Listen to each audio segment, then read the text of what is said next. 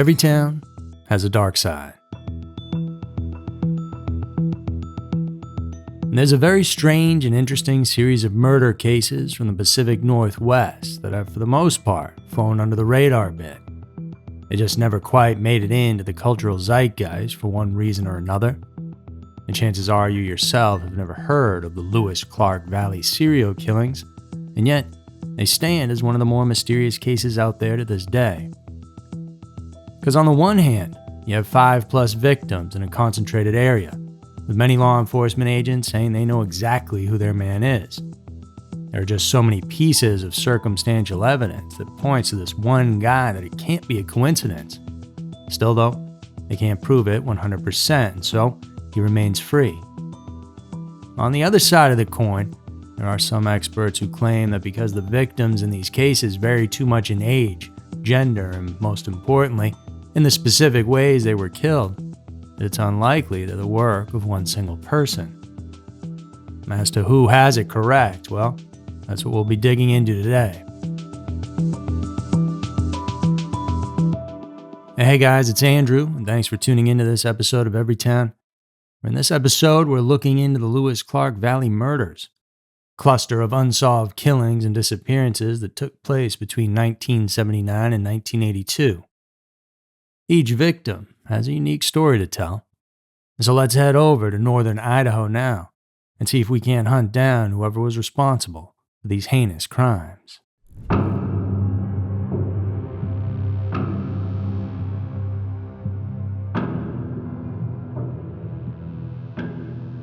It's common knowledge at this point that serial killers tend to follow patterns. They like to target people with similar characteristics and commit their crimes in a familiar way because, after all, that very specific act for them is what drives them to become a killer in the first place. But what if there were a serial murderer out there so cunning and aware of this fact that they deliberately chose different MOs in order to throw the authorities off? And in fact, maybe that ability to slip through the cracks is their ultimate goal and what gets them off the most. In this world, it's certainly possible, and that's exactly what many think is happening with the Lewis-Clark Valley serial murders.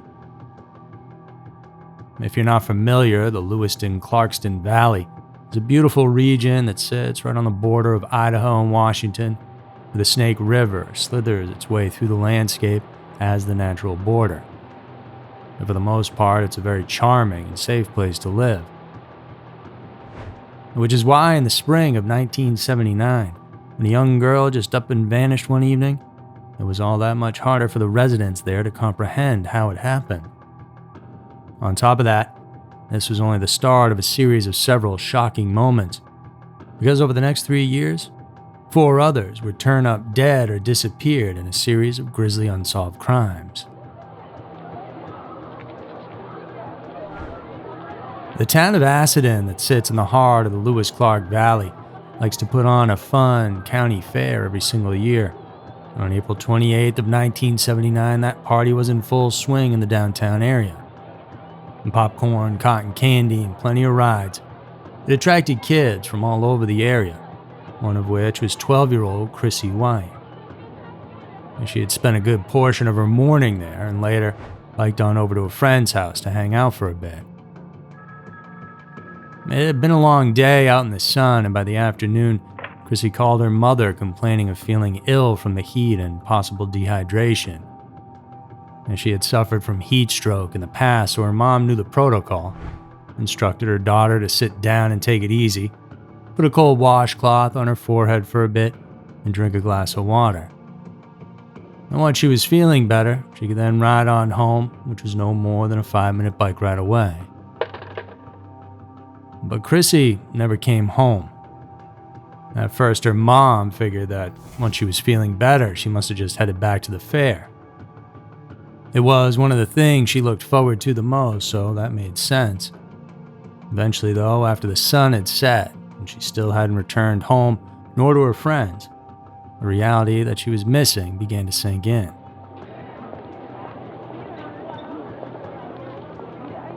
The townsfolk joined forces and canvassed the area.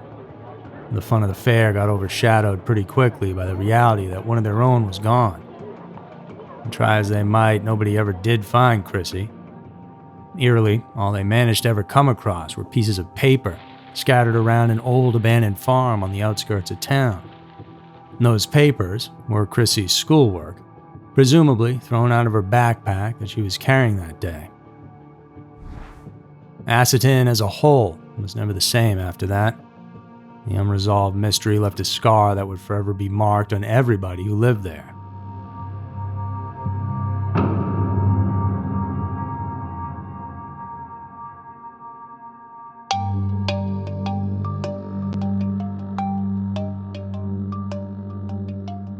And just 7 short miles north of Assateague sits the town of Lewiston, Idaho. And a little over 2 years after Chrissy vanished, in June of 1981, 22-year-old University of Idaho student Kristin David headed out for a bike ride down Highway 95. She had left Moscow, Idaho, where the school is located, and was headed down to Lewiston to visit family, but she would never reach her destination. For about a week, it looked like another unsolved disappearance, except this case ended up getting some closure, though it wasn't the kind anyone wanted. 8 days after making that fateful ride, Kristin was discovered. Her dismembered remains were found by a man fishing along the Snake River. The pieces had been placed in multiple black garbage bags that had been tied closed. Inside, all the chopped up pieces had been individually wrapped up in newspaper one by one. Kristin's clothing and bike were never found. However, several witnesses reported seeing the young woman on her ride that day. Passerbys who saw her being approached by a man driving a brown sedan on the highway.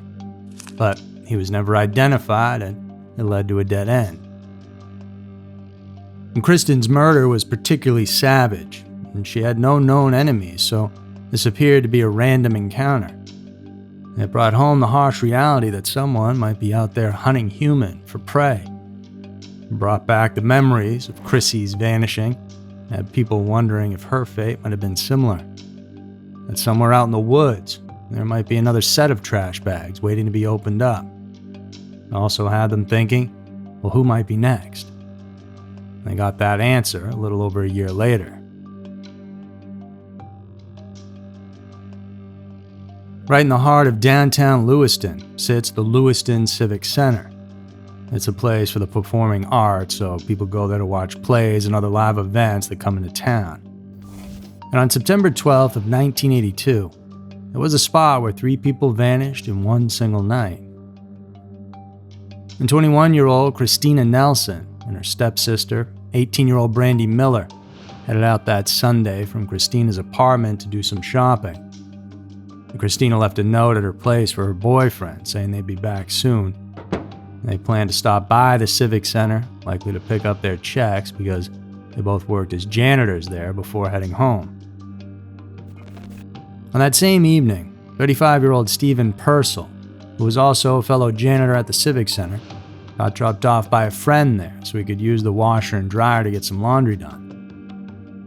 On nights like this, when the place was empty and needing to kill some time, Stephen liked to practice his clarinet on stage in front of the empty seats he imagined filled with people, and so he did that.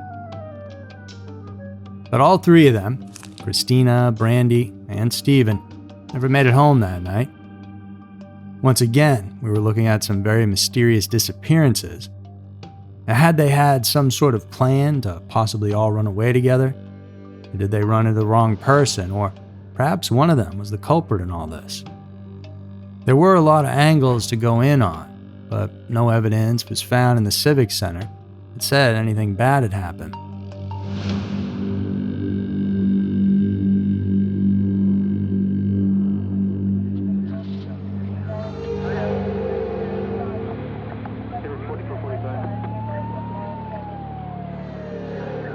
Months later, the 2 girls' remains would go on to be found on a remote hillside off Highway 3, about 40 miles from Lewiston. And though they hadn't been dismembered like Kristin or placed in trash bags, both had most certainly been murdered.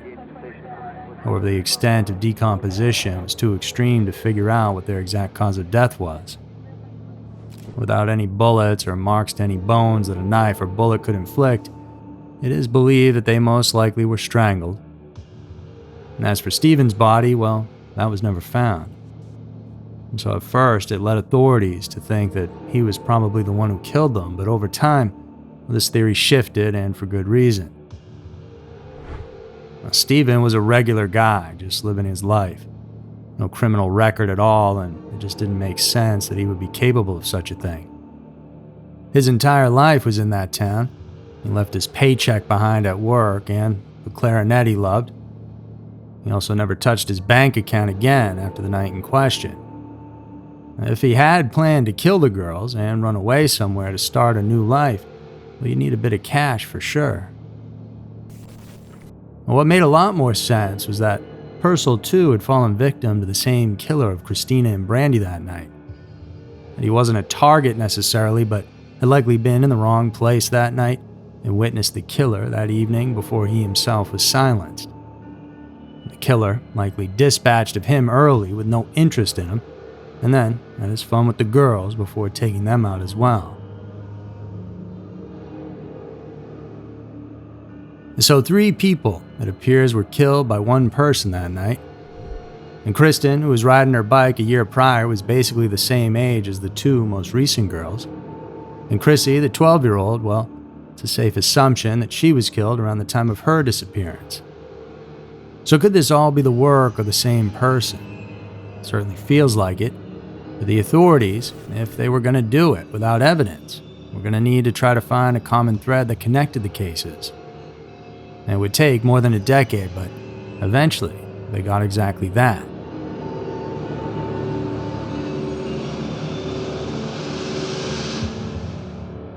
Years passed and the investigation into all these cases grew colder, but they were never put totally on ice. Behind the scenes, work was being done, and finally in 1995, new attention was brought to the whole case when police announced they believed the murders of Kristin, Brandy, and Christina were in fact linked to a single suspect. And this suspect is still alive and out there, so legally we can't name who he is, so for the purpose of this story, we'll just call him Dave. And once you hear all the connections that Dave has to those 3 victims, as well as young Chrissy, the first girl in 1979, you'll be hard-pressed not to think he had to be involved in some sort of way in all this.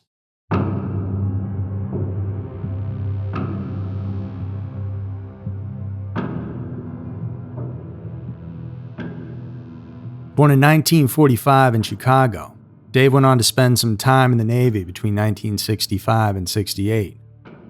During his final year, he was stationed in California, and once relieved of his duties, he stayed in the San Francisco Bay Area until 1974, before moving to Melba, Idaho, where he had purchased some land.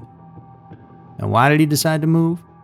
Well, it might have had something to do with a sketchy night a couple years prior that he was running away from. In 1972, Dave was caught trespassing at a San Jose, California mortuary. And someone had seen him creeping around and called it in. That's when the police caught Dave by a window where he had removed the screen. He had on him a flashlight, camera, and a knife. So, was he some sort of necrophiliac, perhaps? Well, probably not, because inside that building, which was basically abandoned after hours, were 2 teenage girls there that evening for an overnight shift. However, no big crime had occurred, and while he was charged with burglary, he pled that down and only got trespassing on his record. But really, what were his true intentions? So a bit of a red flag there, but now get this. Remember Chrissy, who was suffering from heat exhaustion at her friend's house when she called her mom for the last time? Well, it just so happened that Dave was dating Chrissy's friend's older sister, who lived in that very home on the day the girl disappeared. And during all those search parties for Chrissy, well, Dave was there the whole time, offering to lend a hand in any way he could. And he was at the house on the day it all happened, and told police that he had seen Chrissy that afternoon, but had no idea what had happened to her after that.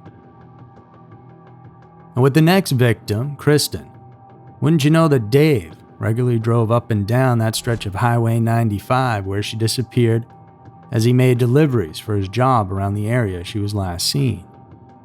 And did he spot her and just happen to decide to pull over and offer her a ride? Possibly. Many killers have done the same move in the past. But here's where it all gets really crazy. In September of '82, when the 3 victims who worked at the Lewiston Civic Center went missing, guess who also worked at the center? None other than our man Dave. He spoke with police about them at the time, as all employees were questioned.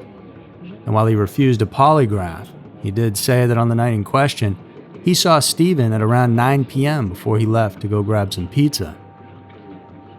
He also said that he returned to the Civic Center around 10 p.m., where he slept on a couch until around 4 a.m.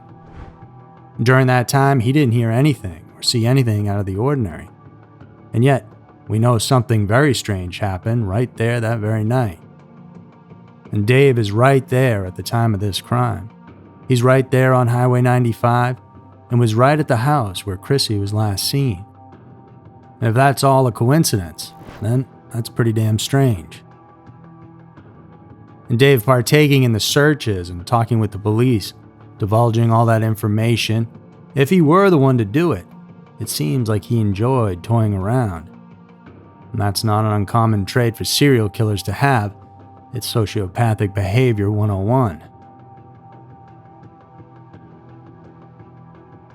On top of all this, if you're still not convinced, back in 1963 when Dave was just 18 years old and living in Chicago, the body of 8-year-old Diane Taylor was found in an alley, having been stabbed and strangled to death, with multiple cuts across her body, including a puncture to the heart. Her killer was never caught, but she was last seen alive attending her YMCA camp that summer. One of her counselors? Well, that was Dave. Dave was one of 700 male subjects brought in for questioning when it all went down, but again, nothing ever came of it. Despite all the advances in DNA technology, little was ever collected from the crime scenes, and so investigators have never been able to definitively link Dave, or anyone else, to the crimes. And so, all these cases currently remain unsolved.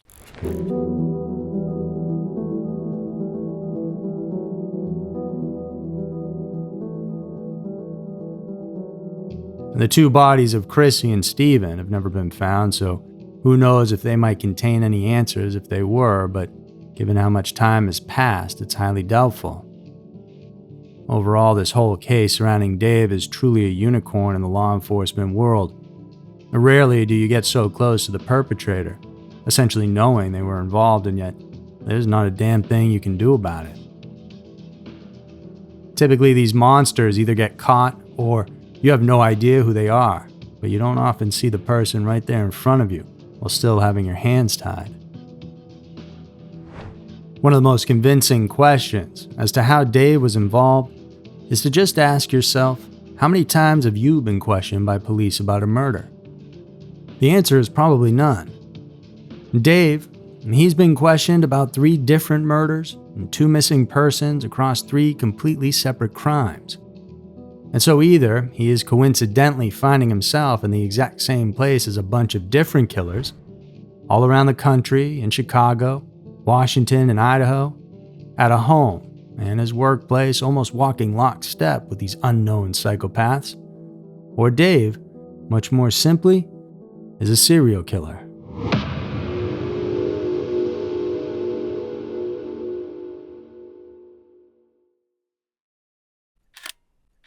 So that's it for this week's episode of Everytown. Hope you all enjoyed it, and thanks for tuning in.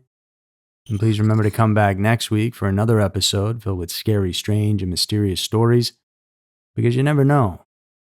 Maybe your town will be next.